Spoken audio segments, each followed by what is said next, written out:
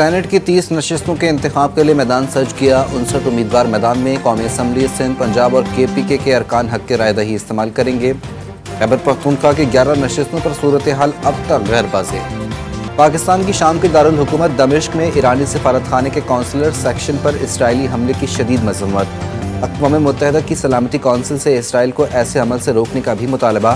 ترجمان دفتر خارجہ کا کہنا ہے کہ حملہ شام کی خود مختاری کے ساتھ بین الاقوامی قوانین اور اقوام متحدہ کے چارٹر کی خلاف ورزی ہے۔ دمشق میں اسرائیل کا ایرانی سفارت خانے اور ایرانی سفیر کی رہائش گاہ کے قریب فضائی حملے میں ایرانی قدس فورس کے کمانڈر محمد رضا سمیت 6 افراد شہید ہو گئے۔ دھماکے سے ایرانی سفارت خانے کے قریب عمارت منہدم ہو گئی۔ غزہ میں فلسطینیوں کا قتل عام جاری، شہداء کی تعداد 32,900 تک پہنچ گئی۔ اسرائیلی فوج کا الشفا اسپتال کا محاصرہ ختم، ہر طرف تباہی ہی تباہی۔ الاقصی اسپتال کے احاطے میں اسرائیلی فضائی حملے میں 4 افراد شہید، متعدد زخمی۔ اسرائیلی فوج نے اسماعیل ہانیہ کی بہن صباح عبدالسلام ہانیہ کو بھی گرفتار کر لیا۔ پیپلز پارٹی نے سینٹ انتخابات میں لیگی امیدواروں کی حمایت کر دی، فائزہ ملک دستبردار۔ نون لیگ کے 5 سیٹیں جیتنے کا امکان۔ وزیر اعلیٰ مریم نواز کی زیر صدارت اجلاس، ایوان بالا کے الیکشن کی حکمت عملی بھی طے۔ جسٹس ریٹائرڈ تصدق جیلانی نے ججز کے خط پر کمیشن کی سربراہی سے معذرت کر لی۔ تصدق جیلانی نے لکھا، 6 ججز کا خط سپریم جوڈیشل کونسل اور اس کے چیئرمین چیف جسٹس کو لکھا گیا۔ میرا تحقیق کرنا عدالتی قواعد کی خلاف ورزی ہوگی۔ انکوائری کے لیے TOR 6 ججز کے خطوط سے مناسبت نہیں رکھتے۔ 6 ججز کی درخواست ادارہ جاتی مشاورت کے لیے ہے۔ چیف جسٹس ادارہ جاتی سطح پہ معاملہ حل کر سکتے ہیں۔ ہائی کورٹ کے 6 ججز کے خط پر سپریم کورٹ کا از خود نوٹس، بینچ کی تشکیل۔ چیف جسٹس 7 رکنی لارجر بینچ کے سربراہ ہوں گے۔ جسٹس منصور علی شاہ، جسٹس یحییٰ آفریدی، جسٹس جمال مندوخیل، جسٹس اطہر من اللہ، جسٹس مسرت ہلالی اور جسٹس نعیم اختر بھی شامل۔ کل پہلی سماعت ہوگی۔ کمیشن کے بعد 7 رکنی بینچ کو بھی تسلیم کرنے سے انکار۔ تحریک انصاف نے فل کورٹ بنانے کا مطالبہ کر دیا۔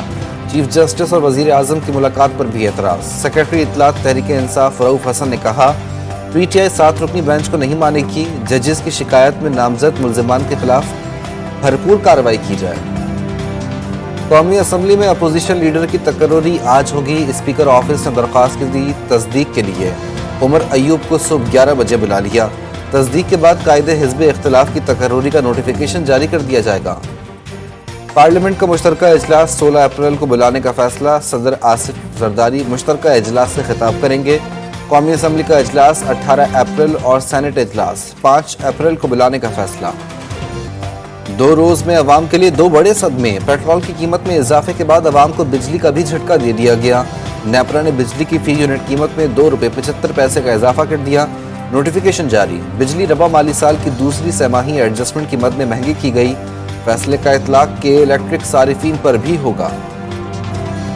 فروری کے مقابلے میں مارچ میں مہنگائی مزید بڑھی، عوام پریشان، حکومت انجان۔ محکمہ اعداد و شمار کے مطابق اشیاء خوردونوش، کپڑے، گیس، بجلی اور ضروری زندگی کی قیمتوں میں 5 سے 7% تک کا اضافہ ریکارڈ۔ پاکستان کے دشمنوں نے بشام میں چینی انجینئرز پر حملہ کیا۔ مقصد پاک چین دوستی کو نقصان پہنچانا تھا۔ وزیر اعظم شہباز شریف کا چینی سفیر کے ہمراہ داسو کا دورہ۔ چینی باشندوں سے تعزیت کا اظہار، کہا پاکستان میں رہنے والے چینی باشندوں کو مکمل اور فول پروف سیکیورٹی فراہم کی جائے گی۔ توشہ خانہ کیس میں بانی PTI اور بشرا بی بی کی سزا معطل۔ اسلام آباد ہائی کورٹ نے رہائی کا حکم دے دیا۔ سابق وزیر اعظم اور اہلیہ کی ہفتے میں 1 دن اور عید پر ملاقات کرانے کا حکم۔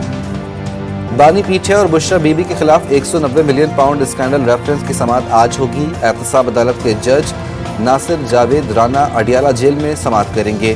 کیس میں مجموعی طور پر 10 گواہان کی شہادت ریکارڈ، 5 پر جرح مکمل کی جا چکی ہے۔